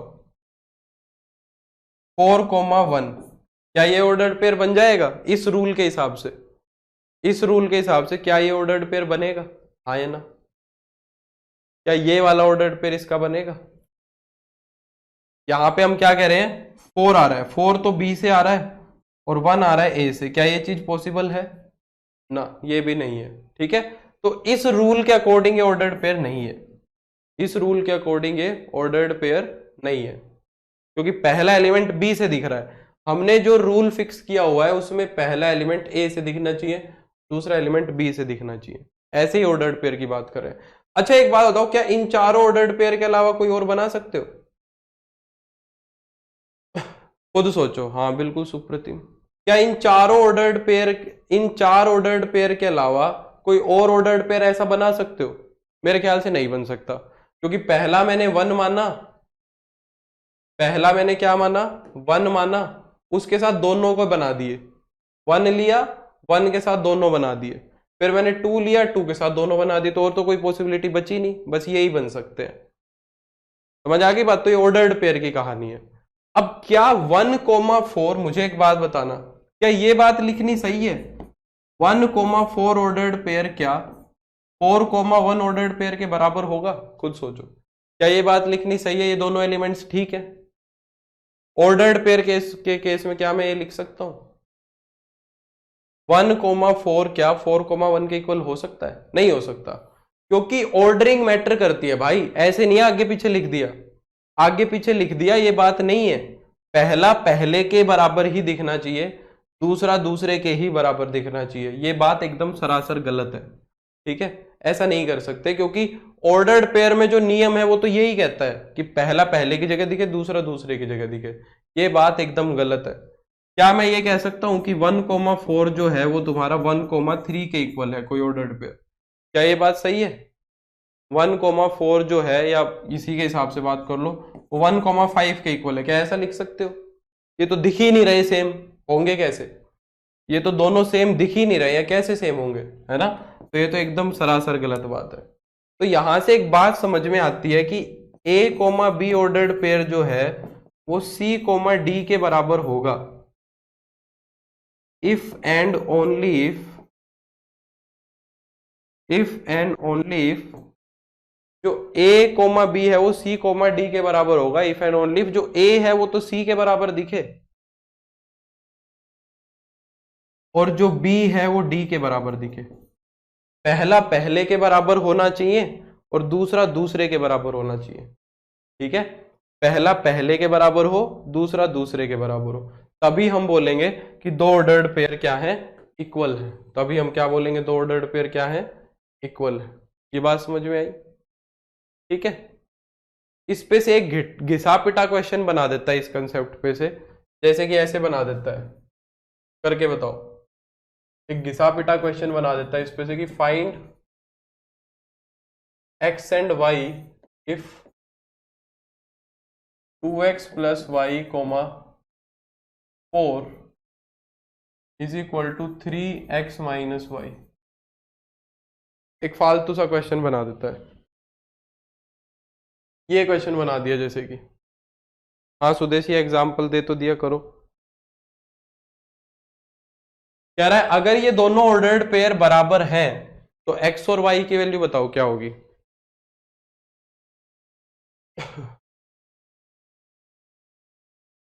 अगर ये दोनों के दोनों ऑर्डर्ड पेयर बराबर हैं तो एक्स और वाई की वैल्यू क्या होगी। अगर ये दोनों के दोनों ऑर्डर्ड पेयर बराबर हैं तो जो पहला एलिमेंट है वो पहले के बराबर होना चाहिए, यानी कि 2x प्लस वाई जो है वो 3 के इक्वल होना चाहिए, और दूसरा एलिमेंट दूसरे के बराबर होना चाहिए। दूसरा क्या कहता है कि x माइनस वाई क्या होना चाहिए, 4 होना चाहिए। अब इन दोनों को हम सोल्व कर सकते हैं, है ना। दोनों इक्वेशंस को जोड़ दो, जब दोनों इक्वेशन को जोड़ दोगे तो बन जाएगा 3x और ये बन जाएगा 7, यानी कि x की वैल्यू आ जाएगी 7/3। x की वैल्यू किसी भी एक इक्वेशन में रख दो जहां तुम्हारा मन कर रहा है, ठीक है। मान लो सेकंड में रख दी तो x की वैल्यू रखोगे 7/3 माइनस का y is equal to 4, y इधर आ जाएगा 4 इधर आ जाएगा, तो 7/3 माइनस का 4, ठीक है। तो हाँ y कितना आ गया देखो, 4×3 = 12 माइनस का 5/3, y की वैल्यू आ गई माइनस का 5/3, ठीक है। क्लियर हो गई कि नहीं होगी बात। ये इस तरीके का एक क्वेश्चन भी बना के दे देता है कई बार, कोई खास इंपॉर्टेंट नहीं है। तो ये बात सभी को समझ में आ गई ऑर्डर्ड पेयर की। अब वो बात करता है, वापस घूम के आ जाओ कार्टीजियन प्रोडक्ट पे। अब वो क्या बात करता है, कार्टीजियन प्रोडक्ट हम डिस्कस कर रहे थे, कार्टीजियन प्रोडक्ट डिस्कस करते करते हम ऑर्डर्ड पेयर की तरफ चल दिए। अब यहां पे आ जाओ वापस कार्टीजियन प्रोडक्ट पे। मैं क्या कह रहा हूं कि कार्टीजियन प्रोडक्ट क्या होगा। कार्टीजियन प्रोडक्ट लिखा जाएगा ऐसे, इसको हम क्या पढ़ेंगे, ए क्रॉस बी। अब वो कहता है कि ए क्रॉस बी जो कार्टीजियन प्रोडक्ट बनेगा उसके अंदर ऑर्डर्ड पेयर्स आएंगे ए कोमा बी, उसके अंदर क्या आएंगे, ऑर्डर्ड पेयर्स आएंगे। ए क्रॉस बी के अंदर क्या आएंगे, ऑर्डर्ड पेयर्स ए कोमा बी।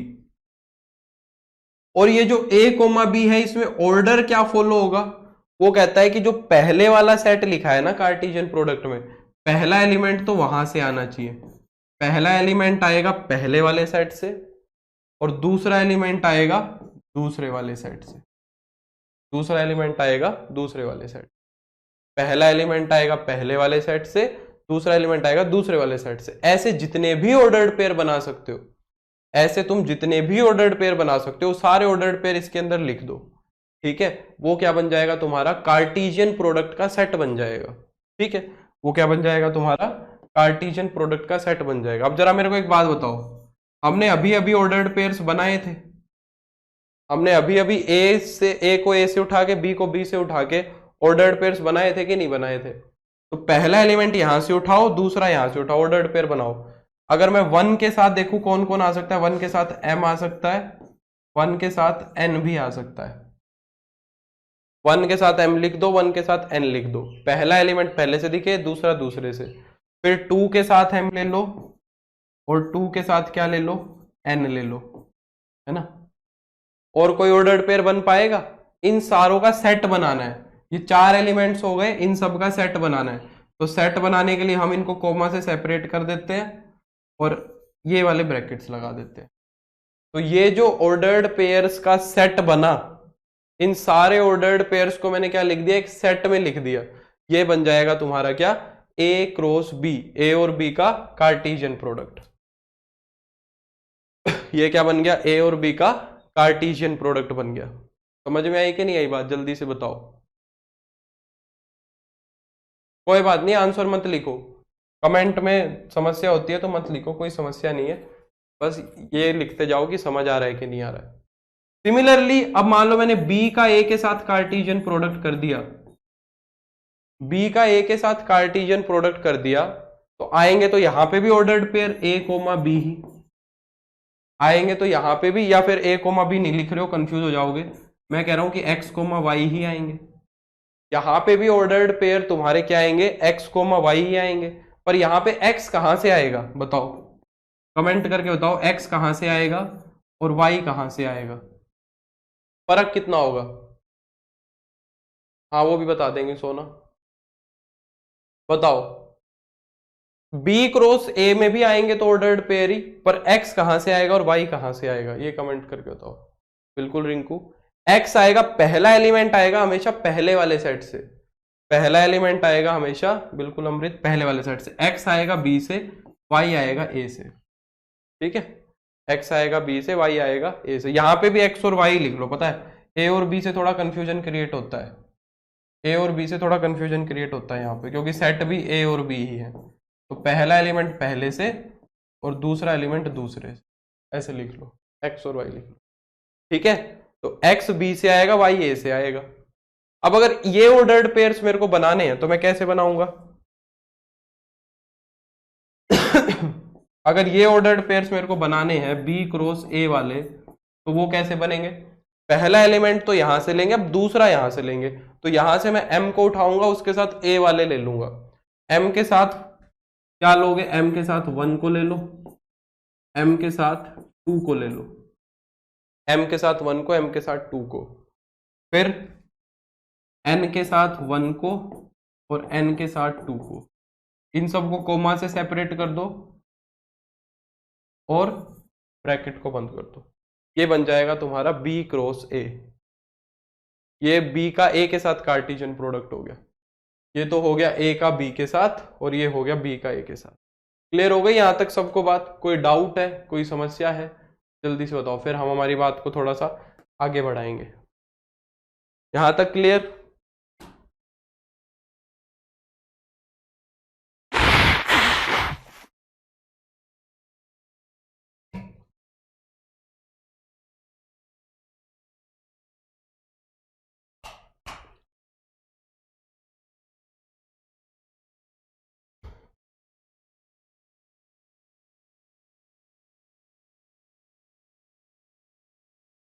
बिल्कुल रिंकू, नहीं नहीं, कार्टेशियन तो नाम नहीं है, कार्टेशियन तो ऐसे ही होता है। कार्टेशियन का मतलब होता है जहां पे दो एक्सिस इन्वॉल्व होते हैं, जहां पे एक्सिस इन्वॉल्व होते हैं। ये मैं बताऊंगा कार्टेशियन क्यों वर्ड यूज होता है, ये भी बताएंगे। कौन सा? वही क्वेश्चन विशाल, ठीक है। अब देखो एक दो और क्वेश्चन करते हैं, फिर हमारे कंसेप्ट को हम आगे बढ़ाएंगे। जैसे कि मान लो ए सेट मैंने ले लिया, ए सेट मैंने ले लिया आई कोमा जे, और बी सेट मान लो मैंने ले लिया 5 6 7, ये मैंने बी सेट ले लिया, ठीक है। हाँ, कार्टेशियन का मतलब होता है सर सेट में नेम का भी कार्टेशियन हो सकता है। हाँ हाँ बिल्कुल हो सकता है अमृत, समझ नहीं पा रहा हूँ बाकी मैं क्या कह रहे हो। हाँ सोना, वो भी स्टेटमेंट में बताऊंगा। हाँ सोना एक स्टेटमेंट की बात कर रही थी, एक बार मैं बता देता हूँ। ये वाली जो लाइन लिखी इसका मतलब जानना चाह रही है सोना। सोना, जो if and only if statement होती है ना, इसका मतलब क्या होता है? इफ एंड ओनली इफ का मतलब क्या होता है? ये दोनों तरफ से काम करती है। ये कहना चाह रहा है अगर ए बी और सी डी बराबर हुए, ये स्टेटमेंट कहना चाह रही है अगर ए बी और सी डी तुम्हें बराबर दिए हुए हैं तो तुम कह सकते हो कि A is equal to C है और B is equal to D है। इधर से ये चीज गिवन है तो ये सही होगी, और उल्टी भी होगी। A is equal to C और B is equal to D given है, तुम्हें कह रखा है कि A is equal to C और B is equal to D है, तो हम कह सकते हैं कि A B is equal to C D भी होगा। इफ एंड ओनली इफ जो कंडीशन है दोनों तरफ से काम करती है, अगर ये है तो ये होगा, ये है तो ये होगा, ठीक है। ये होती है if and only if condition. चलो इसका कार्टेशियन प्रोडक्ट करते हैं, तुम अपनी नोटबुक में करो, मैं खुद से करता हूं, और फिर मैच करना कि सेम बन रहा है क्या, ठीक है। ए और बी का कार्टेशियन प्रोडक्ट करते हैं, पहले ए का बी के साथ करते हैं। अच्छा ठीक है सोना,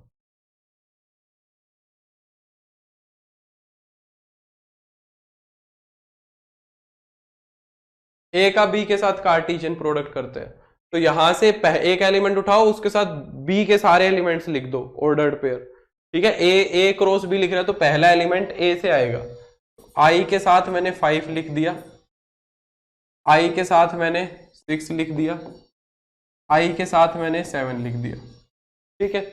फिर जे के साथ भी यही काम कर देंगे, तो जे के साथ 5 लिख दिया, जे के साथ 6 लिख दिया, और जे के साथ 7 लिख दिया। ठीक है, ये बन गया ए क्रॉस बी। यही बना सबका, मैच करो। अगर बी क्रॉस ए की मैं बात करूं, अगर मैं बी क्रॉस ए की बात करूं तो क्या होगा? 5 कोमा आई कैप आई आई आई 5 कोमा आई, पहले बी वाला फिर ए वाला, फिर 6 कोमा आई, फिर 7 कोमा आई, फिर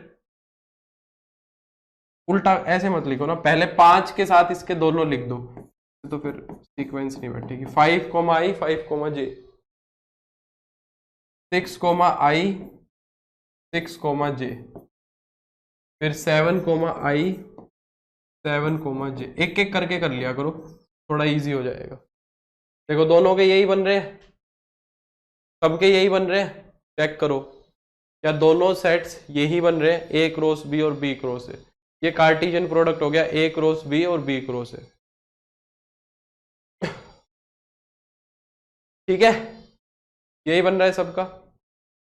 जरा मुझे एक बात बताओ, क्या ए क्रॉस बी और बी क्रॉस ए सेट बराबर, चलो इसकी बात बाद में करेंगे बराबर होने की, पहले एलिमेंट काउंट करते हैं। ए क्रॉस बी के अंदर कितने एलिमेंट है बताओ? नहीं नहीं, सीक्वेंस कोई इंपॉर्टेंट नहीं है, सेट के अंदर सीक्वेंस का कोई फर्क नहीं पड़ता है नंदिनी, मैंने सेट में ही सिखाया था। ठीक है, मैंने सेट में ही बताया था। ठीक है, कि सीक्वेंस का कोई फर्क नहीं पड़ता, अगर तुम्हारे आगे पीछे हो रहे हैं तो कोई समस्या नहीं है। ए के अंदर कितने एलिमेंट है? ए की कार्डिनैलिटी 2 है, बी सेट की कार्डिनैलिटी 3 है। मैं अगर जानना चाहूं ए क्रॉस बी के अंदर कितने एलिमेंट्स है बताओ? जो ये ए क्रॉस बी सेट लिखा है इसके अंदर कितने एलिमेंट है? ये एक एलिमेंट है, ऑर्डर्ड पेयर एक एलिमेंट है, 1 2 3 4 5 6। कितने एलिमेंट है? 6 है। अगर बी क्रॉस ए के अंदर भी हम जानना चाहें तो कितने एलिमेंट है? ध्यान से देखो, ए के अंदर कितने हैं? 1 2 3 4 5 6, 6 है इसके अंदर भी, तो बी क्रॉस ए में भी 6 है। कोई इन दोनों नंबर्स का इनसे लेना देना दिख रहा है तुम्हें? इन दोनों के दोनों नंबर्स का इससे लेना देना दिख रहा है कि नहीं दिख रहा? ध्यान से देखो, अगर 2 की 3 से गुना करा दोगे तो 6 ही आएगा। और ये चीज पीछे भी हो रही थी, ये चीज तुम्हारी पीछे भी हो रही थी। देखो यहां पे ए के अंदर 2 एलिमेंट थे, बी के अंदर भी 2 एलिमेंट थे। ए के अंदर 2 थे, बी के अंदर 2 थे। ए क्रॉस बी में देखो कितने बने थे? 1 2 3 4, 4 ही बने थे। बी क्रॉस ए में भी 1 2 3 4, यानी कि एक फॉर्मूला पता लग रहा है। हाँ बिल्कुल सुप्रतिम, वो बात भी करेंगे। एक फॉर्मूला पता लग गया, क्या इंपॉर्टेंट फॉर्मूला है, ध्यान रखना। कहता है कि इफ ए के अंदर m एलिमेंट्स हैं एंड बी के अंदर n एलिमेंट्स है, ए के अंदर m एलिमेंट्स है और बी के अंदर अगर n एलिमेंट्स हैं, देन ए क्रॉस बी के अंदर और बी क्रॉस ए के अंदर बराबर एलिमेंट्स होंगे, और वो होंगे कितने? ए क्रॉस बी के अंदर और बी क्रॉस ए के अंदर इक्वल एलिमेंट्स होंगे, और वो होंगे कितने? m into n. Simply m की n से गुना करानी है और कुछ नहीं करना। ठीक है, सिंपली m की n से गुना करानी है। ठीक है, ये एक फॉर्मूला पता लग गया, तो तुम सीधा बता सकते हो। ठीक है, अगर मैं तुमसे पूछूं कि इफ, मैंने कह दिया ए के अंदर 3 एलिमेंट है और बी के अंदर 4 एलिमेंट है, तो ए क्रॉस बी के अंदर कितने एलिमेंट होंगे? एलिमेंट्स पूछे तो सीधा बता सकते हो कितने होंगे? 4 को 3 से गुना करके कितने हो जाएंगे? 12 हो जाएंगे। ठीक है, हाँ एम एन मल्टीप्लाई में है, बोलो मल्टीप्लाई में कोई दिक्कत नहीं है। तो कितने हो जाएंगे? 12। सीधे पता लग रहे हैं।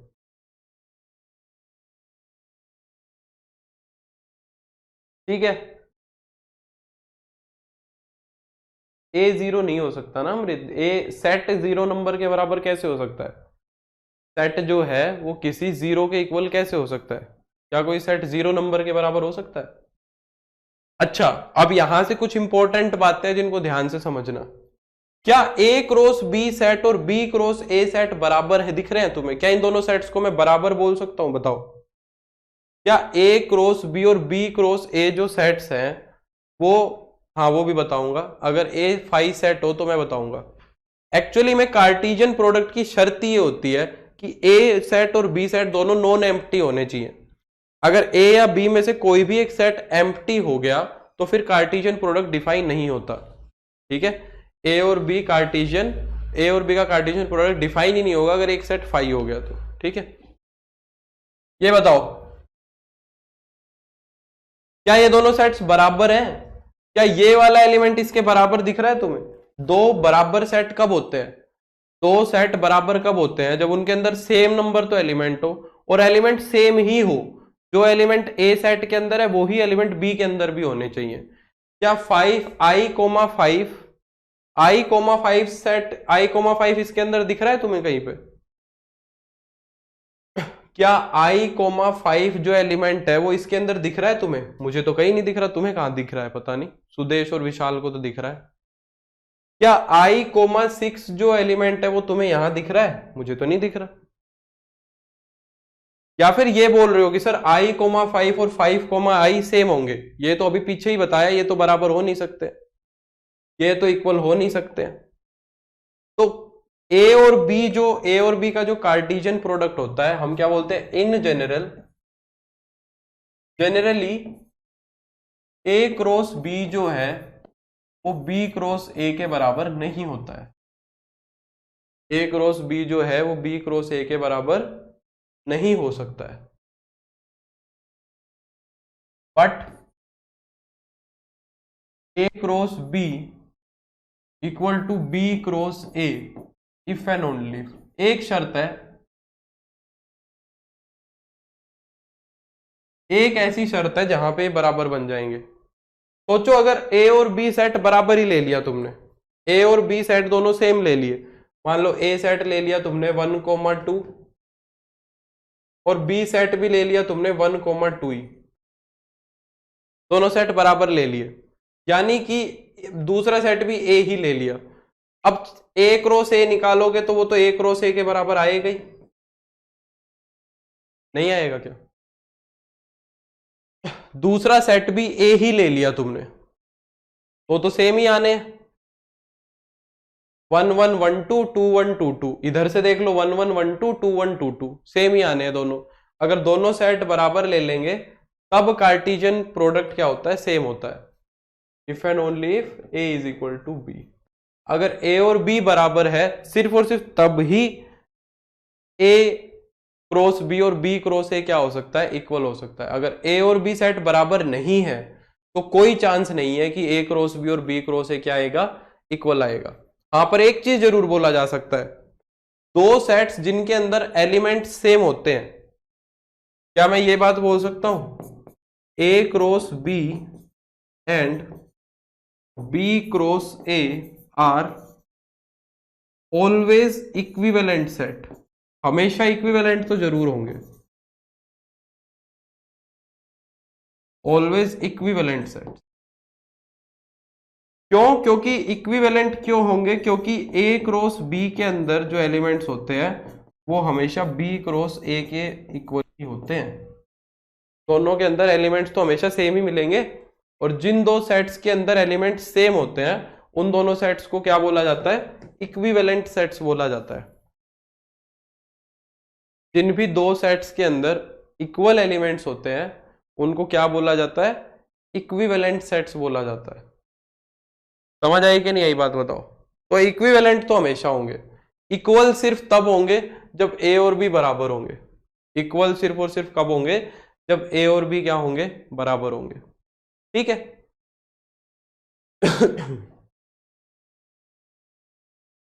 तुम्हें पता है हम दो की बजाय 3 सेट्स का भी कार्टेशियन प्रोडक्ट कर देते हैं। हम क्या कर देते हैं? 3 सेट्स का भी कार्टेशियन प्रोडक्ट कर सकते हैं। जैसे कि मान लो मैंने कह दिया ए सेट दिया हुआ है तुम्हें 1,2, बी सेट दिया हुआ है तुम्हें मान लो m, और सी सेट मान लो दिया हुआ है तुम्हें p, q। हम 3 सेट्स का भी कार्टेशियन प्रोडक्ट कर देते हैं, ए क्रॉस बी क्रॉस सी। ए क्रॉस बी क्रॉस सी में क्या होगा, यहां पे ऑर्डर्ड पेयर्स नहीं, यहां ऑर्डर्ड ट्रिपलेट्स आएंगे। अब 3 एलिमेंट आएंगे, 2 की जगह 3 का बनेगा। अब 3 वाले को पेयर नहीं बोलते, ट्रिपलेट बोलते हैं। यहां क्या बनेगा, ऑर्डर्ड ट्रिपलेट बनेगा। जो पहला एलिमेंट है वो पहले वाले सेट से आएगा, दूसरा एलिमेंट है दूसरे वाले सेट से आएगा, तीसरा एलिमेंट है तीसरे वाले सेट से आएगा। जितने भी ऐसे ट्रिपलेट बना सकते हो वो सारे के सारे रख दो, और ये तुम पहले ही बता सकते हो कि ऐसे ट्रिपलेट बनेंगे कितने। अगर तुमसे ए क्रॉस बी क्रॉस सी के अंदर एलिमेंट्स पूछे हैं, कितने एलिमेंट्स आएंगे, तो सिंपली तुम्हें क्या कर देना है, ए के एलिमेंट्स को, बी के एलिमेंट्स को और सी के एलिमेंट्स की क्या करा देनी है, गुना करा देनी है। ठीक है। अगर मैं तुमसे यहां पे पूछूं कि ए क्रॉस बी क्रॉस सी में कितने एलिमेंट बनेंगे, तो ए के अंदर कितने एलिमेंट है, 2, बी के अंदर 1, सी के अंदर भी 2 है, कितने हो जाएंगे, 4 ही एलिमेंट बनेंगे बस। लिख के देखें, ए क्रॉस बी क्रॉस सी, ए क्रॉस बी क्रॉस सी जरा लिख के देखो। पहला फिक्स कर लो 1, पहले सेट का यहां पे फिक्स कर लिया मैंने 1। अब 1 के साथ जितने भी बन सकते बना दो। दूसरे सेट का तो क्या आएगा, सिर्फ m ही आएगा, तो 1 m, 1 m के साथ p भी आ सकता है, q भी आ सकता है, तो 1 m p और 1 m q, 2 तो ये बन गए। तो 1 वाली सारी कहानी हो गई। फिर 2 की कहानी शुरू करो। 2 के साथ m ही आ सकता है बस दूसरे सेट से, तो 2 m के साथ कौन आ सकता है, p, तो 2 m p और 2 m q, ये सेट बन जाएगा तुम्हारा कार्टेशियन प्रोडक्ट का, जिसमें हम 3 का भी मल्टीप्लीकेशन कर सकते हैं। इसके अंदर हम क्या कर सकते हैं, 3 का भी मल्टीप्लीकेशन कर सकते हैं। समझ में आई कि नहीं भाई, आई बात अच्छे से। तो आज की जो तुम्हें डीपीपी मिलेगी उसके अंदर सिंपल सिंपल से कार्टेशियन प्रोडक्ट कैलकुलेट करने हैं तुम्हें। आज 5, 6, 7 सवाल है डीपीपी के अंदर, और सिंपल सिंपल से कार्टेशियन प्रोडक्ट निकालने हैं। ए सेट दिया हुआ है, बी सेट दिया हुआ है, उनका कार्टेशियन प्रोडक्ट करना है। कर दोगे, बताओ, कार्टेशियन प्रोडक्ट कर लेना। ठीक है। और नेक्स्ट क्लास के अंदर फिर हम रिलेशंस को शुरू करेंगे। नेक्स्ट क्लास के अंदर मैं 2-4 सवाल करा के इस पे आगे, और फिर हम रिलेशंस पे चल पड़ेंगे। ठीक है। तो रिलेशंस को हम नेक्स्ट क्लास में शुरू करेंगे। सारे बच्चे अपना सेट्स को कंप्लीट कर लेना। ठीक है, सारे बच्चे सेट्स को कंप्लीट कर लेना, और नेक्स्ट क्लास में हम रिलेशन को शुरू कर लेंगे। ठीक है। तो चलो आज के लिए बस इतना ही करते हैं। कार्टेशियन प्रोडक्ट के क्वेश्चन डीपीपी से ट्राई करना, और फिर हम नेक्स्ट क्लास में मिलते हैं। ठीक है। तो चलो, मेरे को उम्मीद है लेक्चर पसंद आया होगा। Thank you so much. Lecture helpful लगा होगा, तो I will see you on Friday then. ठीक है। तो take care, see you, bye bye, good evening.